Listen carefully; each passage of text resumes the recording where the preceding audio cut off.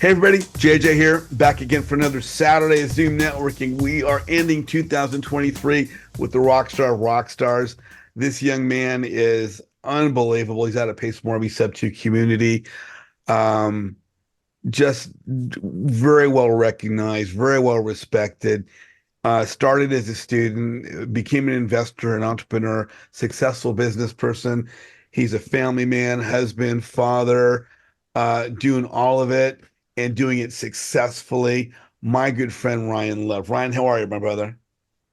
I'm doing well, JJ. I appreciate you having me on here. I'm looking forward to this.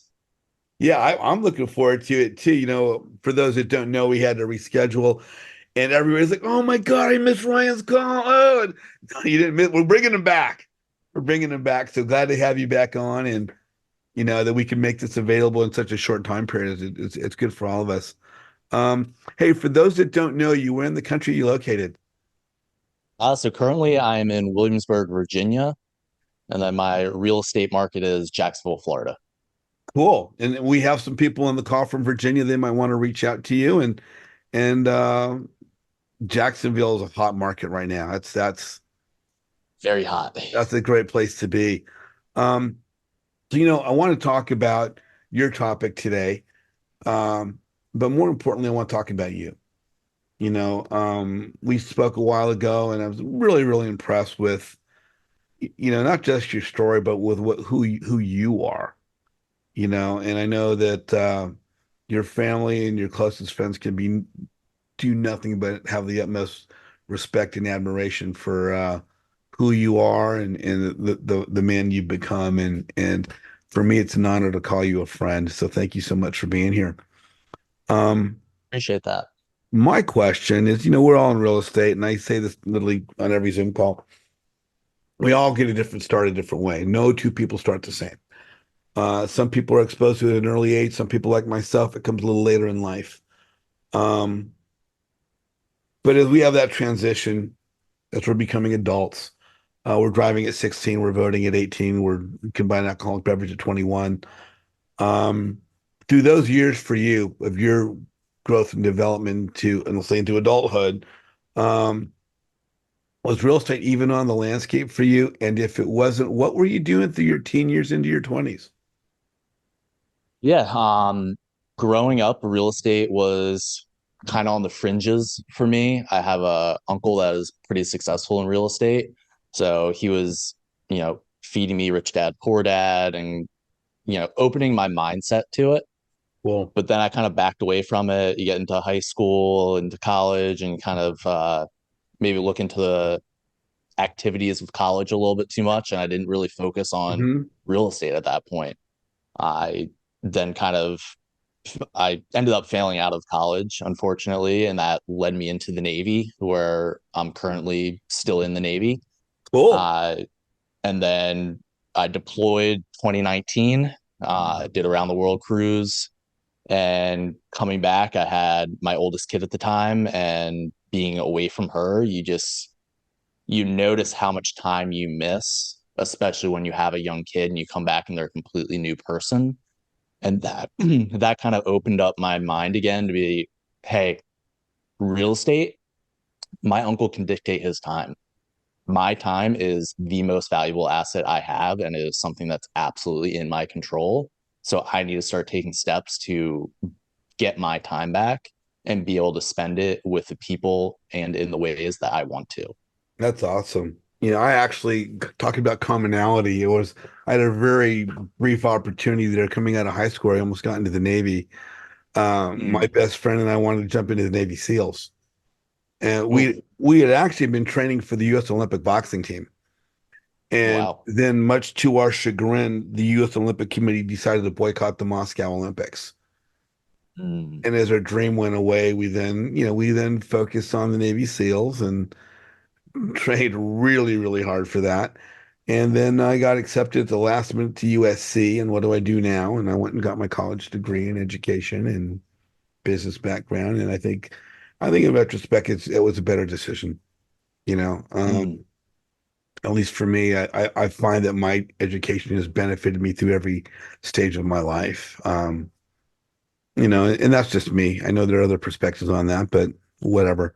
Um, but no, I thank you for your service. I know how important that is for all of us, for as individuals, as the country and our military plays a huge role in all of our freedoms and everything we do. So my hat goes off to you, and you're still serving. So that's even more phenomenal.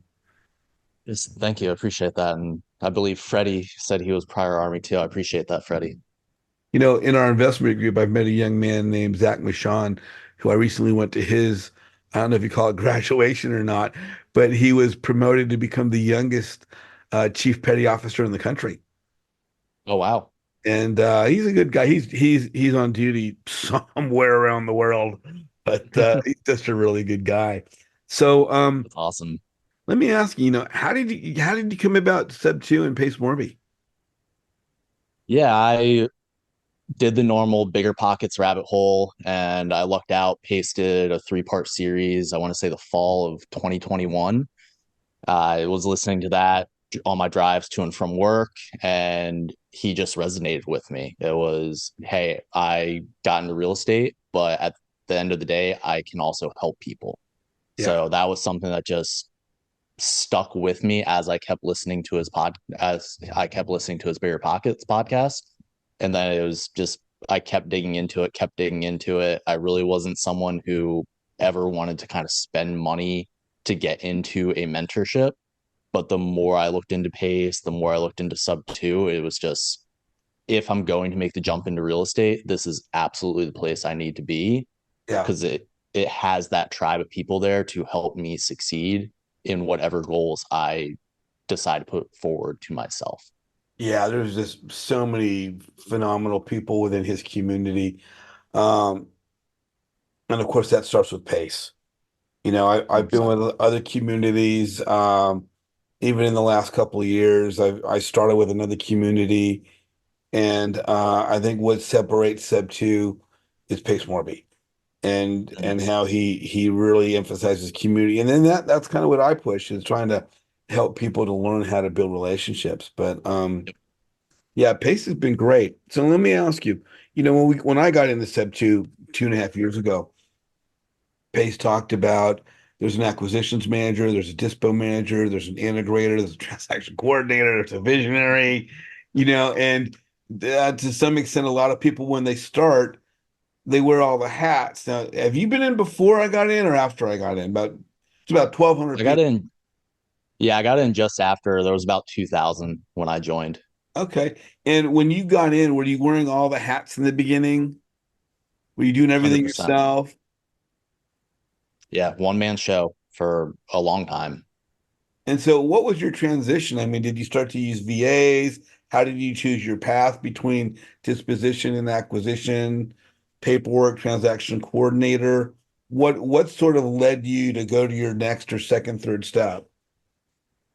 Yeah, when I first joined, I think Pace just got done with the challenge where it was, hey, set up your wholesale company in 30 days using VAs. So I was like, okay, I paid to join this community. This is what I'm going to do. So I went out and I followed that plan.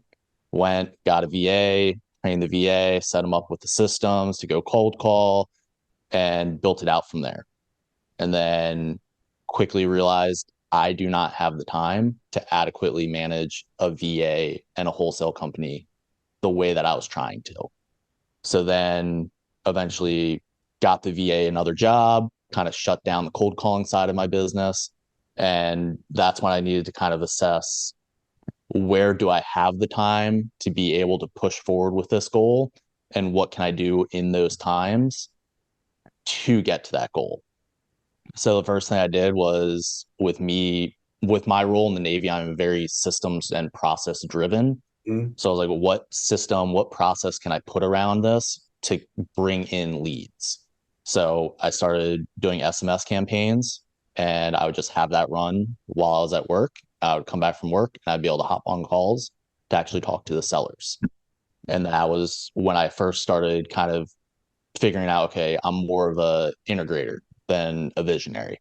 I can still, I'm kind of split between the two. I did 3 years recruiting in the Navy. I did very well at it, so I can mm, understand and execute the sales side of things and communicate with people. But at the end of the day, my passion is systems and processes. So that was when it was okay, integrator. I can build out systems and processes, but with my schedule, you still reach a limit of what you can do. So the next thing, like JJ always talks about, is I had to network to find a partner who could fill in my gaps. So I met my partner shortly after going to Pace's mastermind, and we started building out our team direct to agent with that. So I would build out all the systems, he would handle the calls, and then we eventually started onboarding people to handle the calls, handle the prospecting as Hmm. our SMSs were coming in. And then my partner would go in, he would close those deals, and then we would kind of both handle the paperwork and the dispositions depending on who was available. And Because luckily, let me ask you a question. yeah. We've got some people on the call that are newer investors. Mhm. We've got some people probably watching on YouTube that are newer investors. For a little bit clarification, because we get into our terminology, we understand what we're talking about. What's an SMS and what is direct to agent for those that aren't aware? Yeah, so SMS is just a text message campaign. So those random text messages you get throughout the day that are like, hey, here's a house that you probably don't own. I would like to buy it. That was what I was doing. And then from that, I'm blanking on what your other part of that question was, JJ. I'm sorry. Um, and then also, what's direct to agent? So direct to agent is I'm focused on building relationships with agents and being a tool in their tool belt. So whether it's, hey, you have something that's been sitting on the market for a while, let me take a look at it and I can give you, this is how I view this property. This is the price point it works for me at. Because at the end of the day, every investor is underwriting property essentially the same way. And then I can also help with pocket listings. Hey, here, this just came to me. It's not normally a type of listing I would do, but is this something you'd be interested in? And we can still close that deal and everyone get paid and get a seller potentially out of a terrible situation. Cool. So that's been my focus. I enjoy those conversations a little bit more than the direct to seller side. Now, So that's what I've been pouring between into. between you and your partner, excuse me for stepping on you. With you and your partner, do both of you talk to the agents? Does one of you talk to the agents? How do you separate what one does versus? I mean, I know we all have our own wheelhouse and area specialty. How do you two coordinate or balance out your strengths? Yeah, starting out, it was, hey, whoever's available to be able to talk to the agent, hop on the call. And then as we were able to kind of streamline things and build out the business a little bit more, it was more, I'm just going to focus on the systems, the processes, and eventually just the management of within the business itself so that he could focus on, hey, training the sales team, communicating with the agents, and building out that side of the business. Cool. So it was just very much a clear, you have this, I have this. If we need help, that's when we reach out to each other. Awesome. We got a question coming in here. Let me bring somebody on. I think it's a pretty good question. Serena Bales, you're on with Ryan Love. What's your question? Hey Ryan, I am a real estate agent. I work with investors and I work a lot with people that are outside of the retail market. So how do you talk to agents in a way where they listen to you? Because as agents, we are taught and hammered not to work with anybody outside of this, outside of the normal residential retail market. Appreciate that question, Serena. I think the biggest thing that we always start with is I want to maximize the amount of money in the agent's pocket and the seller's pocket. Okay, so I'm going to give you my absolute best offer starting out. And then the other big side of that is just the credibility. Hey, have I closed, a cash transaction? Have I closed a sub two transaction, a seller finance transaction? Here's the proof. And this is how, whatever situation it is, this is how it can help you and your client. Because at the end of the day, your client wants to sell their property. You need to get paid for the services you're providing your client. And I potentially could be a fit for that. If not, it's always, hey, maybe not this property, but absolutely any other properties that come to you. Let's see if we can work together on that. That answer your question, Serena? Yeah, absolutely. I'll be contacting you after. So how long have you and your partner been doing the deal now? About a year and a half now. Cool. And are you guys in the same state? I know when we partner up, I mean, sometimes are we in the same neighborhood, the same state, different parts of the country? Now he is in Jacksonville, Florida. We met right as the Navy moved me from Jacksonville up to Williamsburg. So we have actually never lived near each other. It's just all been phone calls, Zooms, and kind of helping out each other out from afar. Cool. Hey, your topic today is feel like you don't have time, you can still be successful. Um, what's your take on that? Why don't you expand on that a little bit and share part of we got a couple more questions here, but why don't you go ahead and share your perspective? Absolutely. When I first started looking into real estate, a lot of the conversations I had was you either have time or you have money. But realistically, sometimes you don't feel like you have either. For me, the easiest thing I could do was control my time. So, just for clarity, my time in the Navy, every 3 to 6 days, I work a 36-hour shift. After those 36-hour shifts, I could work anywhere from a 6-hour day, which is a really nice surprise, to an 18-hour day. On top of that, I'm married and I have 3 beautiful girls that absolutely run crazy around me. So time is very restrictive for me, but I knew I needed to make a change in the direction that I was taking my family. So I needed to figure out ways to carve out pieces of time to start achieving the goals that I wanted for myself and my family. So if that meant, hey, I need to get to work by 6:30 a.m., it takes me roughly an hour to get to work because I have a 30-minute drive and then I have to walk a mile to get to the actual ship that I'm on. Okay, what can I do in that time? Can I wake up a little bit earlier so I can accomplish something else? And then it's okay, I got out of work after a 6-hour workday. This is a pleasant surprise. I can't waste those moments before my kids show up after school. What can I do right now to be effective in moving my business and my goals forward? And Wow. it's the same thing at night. Kids are to bed. My wife's taking some quiet time because the kids probably drove her crazy all day. What can I do right now to support my family, but also move my business forward? So that's kind of why I wanted to speak on just controlling your time and what we can do to control our time. Because then that leads to you having money and then you have both. So are you implementing time blocking, or is every day completely different, or do you block time somewhat on a weekly basis? Do you do time blocking at all, or I do time blocking. It differs day by day though, yeah. because it's, this week, every 3 days, I work a 36-hour shift. Next week, I might look out and it'll be every 6 days I work a 36-hour shift.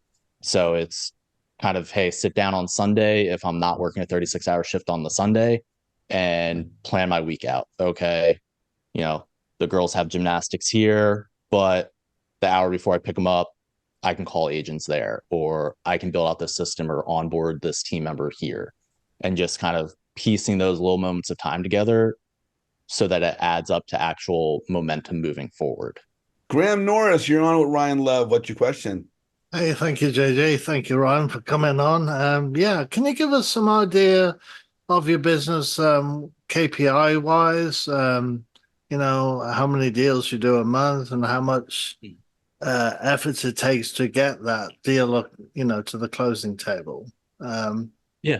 Yeah. Absolutely. Appreciate the question, Graham. Right now, we're only doing about 1 to 3 deals a month.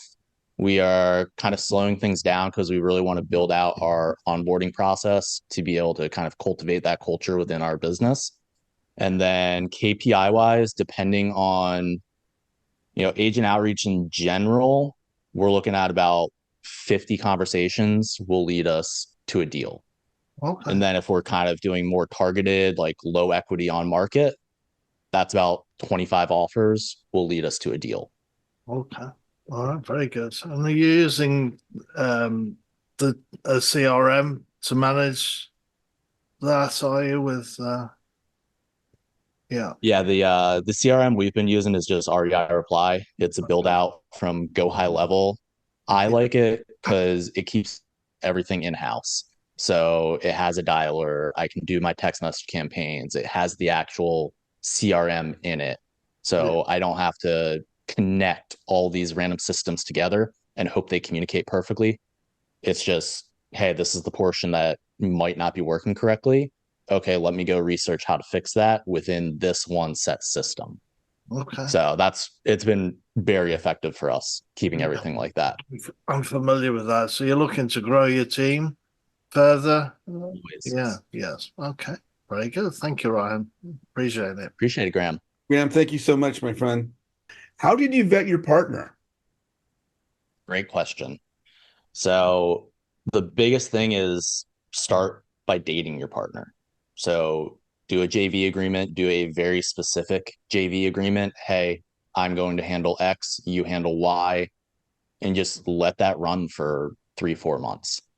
Then you can go back and you can assess, hey, is this something I want to make more permanent? Or is maybe this not the best option for my goals? And then we did that for a couple months. And then it was like, we decided to jump into business more permanently together. And that's kind of how we vetted each other. But then there's also make sure you're in alignment in what your goals are. And if that needs to change, then that needs to change. Everyone has their different season that they're kind of going through. So also expect that to potentially come up where your partner no longer has the same goals as you and it's time to move on to a new partnership. Yeah, that's huge. And again, we frequently hear, I've heard it from base, date your partner, have that trial period, see how things go. Yeah, and that's so important because a lot of times we meet people and they'll say things, they'll sound really good, but let's see how things transpire. Let's see how things proceed. So that's awesome. Cynthia Ware, Dr. Ware, you are on with Ryan Love. What's your question? Hi, Ryan. I want to thank you Hey, for the Cynthia. hi. I want to thank you for the platform initially, JJ. You've been here consistently and dedicated to us, to the platform, and I want to thank you. Ryan, so I had another question, but when you went to that vetting your partner, um, I'm working with a young lady. We met through each other through Facebook on Fortune Builders, right? And so we kind of been passing each other probably over 2 years. And so she acquisition really, really well. Okay. She uses this tool. And so when I was asking her about it, she had so many responses the way she acquisition. I said, you're leaving a whole lot of money on the table. I mean, you can't even answer all the ones you have. I said, so she stopped. And I said, so let's start back doing it.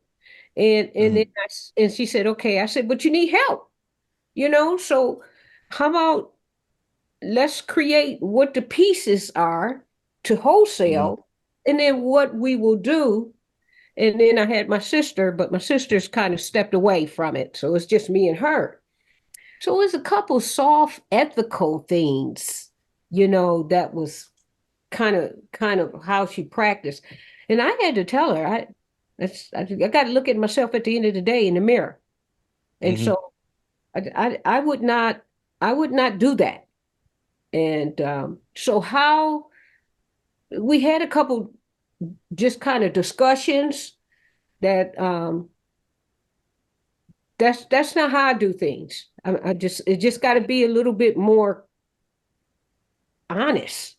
So what would you suggest with that to still work that process out and then just see if they respect that you have another layer of honesty? I don't think that's good over there, and I like to keep myself over here.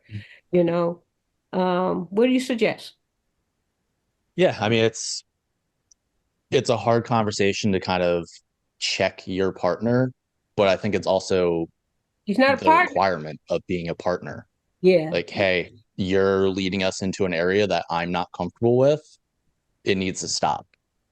And then, give them the reasons why that doesn't fit for you. These are my concerns with it. And then they have the choice of either correcting themselves and continuing the partnership, or maybe it's no longer a good fit.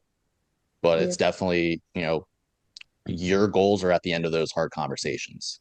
So while we might not enjoy those hard conversations, they are ones that we need to have with our partners. Mm-hmm. Mm-hmm. Okay. Well, we're not partners yet. That was before we even started. Just Even better. yeah. It's a red flag in the dating period then. So yeah. they, that end, it's a thank you for showing me this now before we kind of went down the path further. Right, right. And that was another issue, is that when we started, they just went on. And I said, okay, so if we are it's only two of us, and if we all need to know the system, how would you doing 3/4 of the work? How, so there's a trust issue. I told her, I said, I think you got a trust issue here. And so I could step back and just, watch you do you do. Mm-hmm. And so we had a conversation about it, and they appeared to be a little sensitive with me saying it.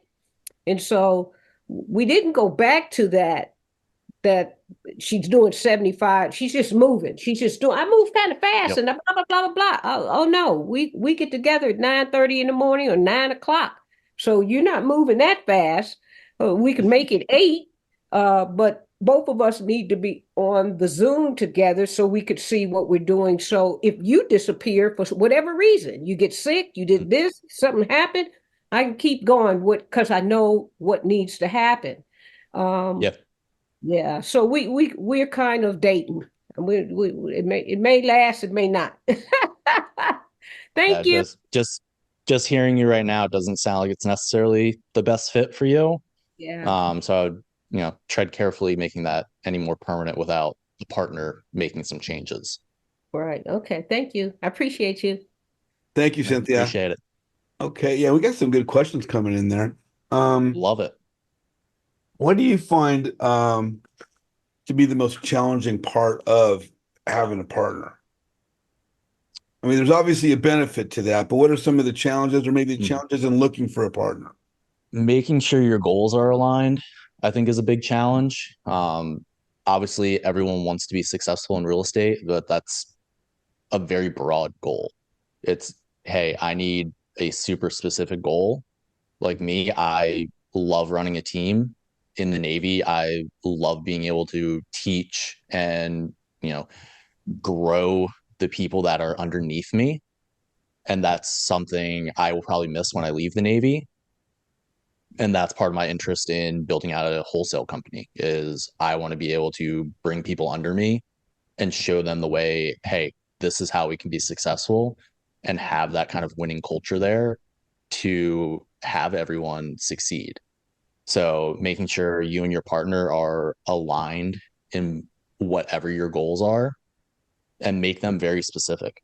They can be small goals, but make them super specific. Like, hey, we want to do, $10,000 a month averaged annually for this year to show that we have grown our business out. That's a achievable and good goal. If you and your partner start diverging on that, then maybe that's not the right thing to partner up on. Maybe there's, hey, we're going to go into more of a buy and hold partnership where we'll buy and manage rentals together. So I guess that's the other big thing, is just because one goal with your partner doesn't work, there might be something else there that you can converge to instead. Are you predominantly wholesaling, or are you building your buy and hold portfolio as well? So this past year, I focused solely on wholesale. I did happen to do one flip in Florida.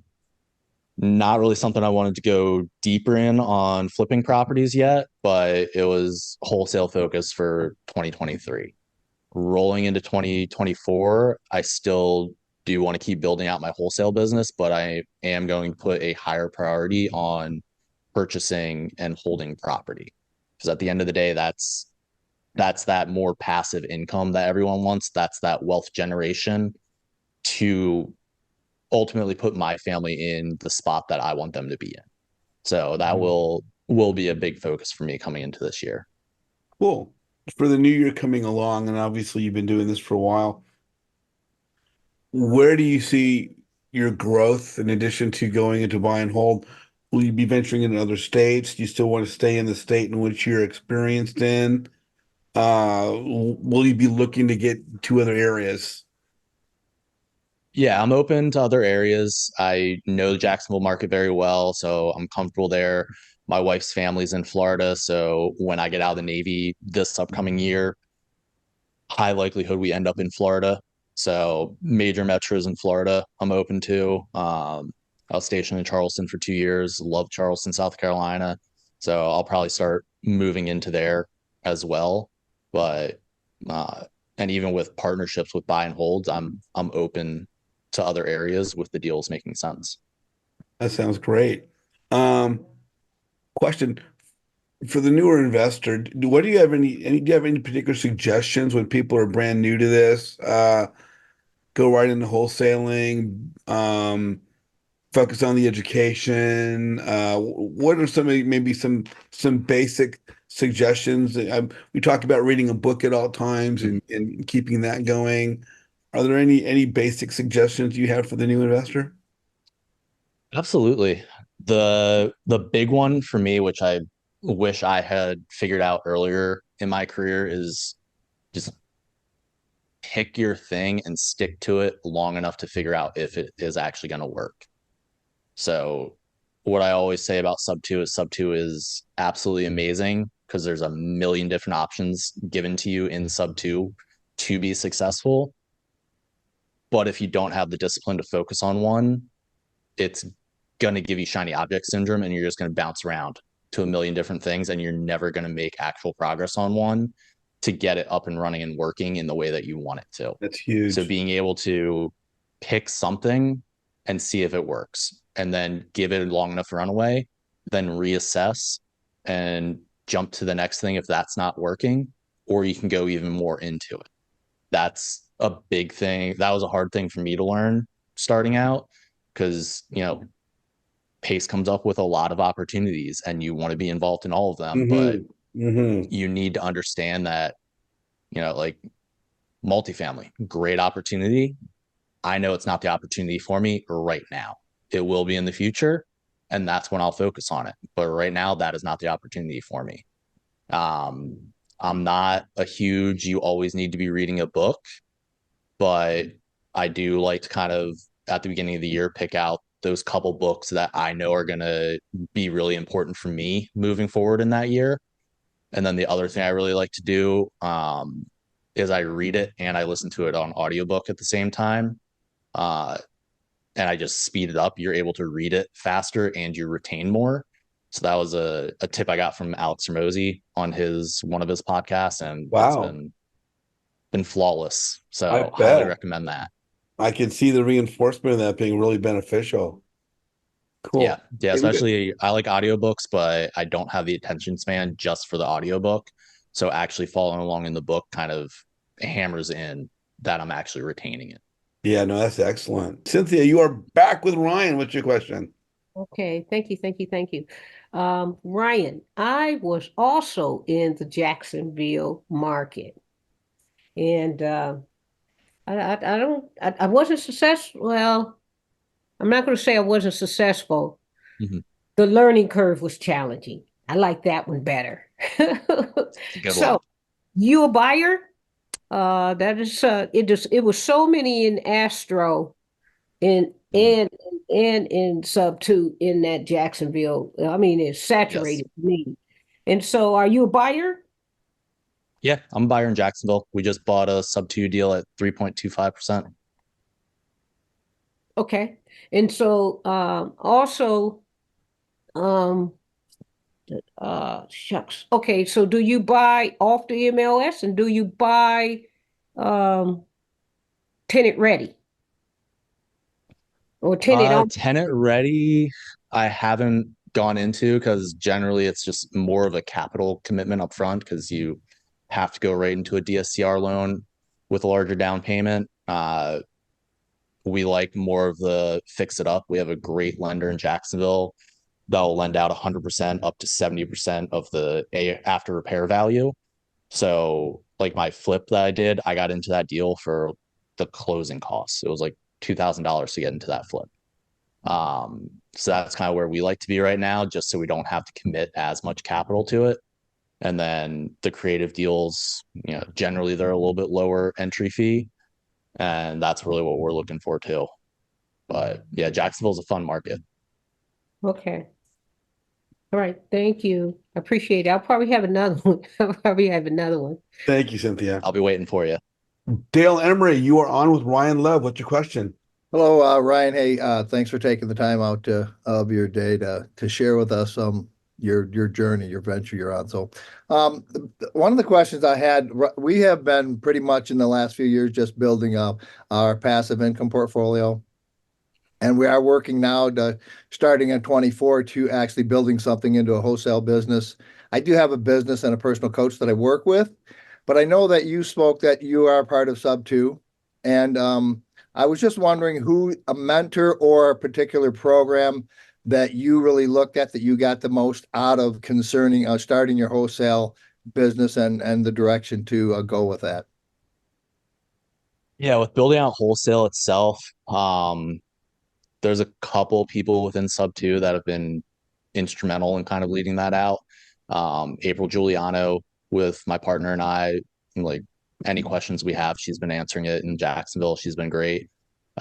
Big wholesale operations, if you're looking to make a full business out of it and eventually step out of that role and have it still run, Sam Singh, reach out to him. He does amazing work. Those are probably my two big ones that I like to go to. And that, I mean, Sub2 has education on every single aspect that I can think of in real estate, including stuff I've never thought of. So being able to get into those rooms and get around those people who are, doing wholesale at the level you want to do it, that's what you got to do. It's get around the right people at the end of the day is going to get you where you want. Okay, appreciate that. I just wanted, a couple where you shared a couple names that I appreciate that. I am not part of the Sub2 community. I know a lot of people who are, but no, that's good to have some direction as to who you might reach out to or how you might continue to build on that. We're going to continue to do our passive income, still building that. Just another part of the puzzle of our business that we want to create. So appreciate your time. Absolutely. Being here. Thank you again, JJ, too. You're welcome, Dale. And if you need Appreciate it, Dale. If you need any introductions, Dale, I could probably introduce you to most of the folks out there that are being mentioned or the people that can help you with your business. So again, thank you so much for joining us today. Thank you, JJ. Ryan, I think we're going to continue for another 2.5 hours with the questions. No, Let's go. No, I'm going to take us actually into the breakout rooms, let you get into a breakout room with some folks. I want to thank you for being on today. Man, you just dropped some unbelievable gold nuggets. Thank you for sharing your story. It was a pleasure talking to you last week, a couple weeks ago when we spoke. I'm so glad we could get you back on today. I got two last questions for you as we wrap up.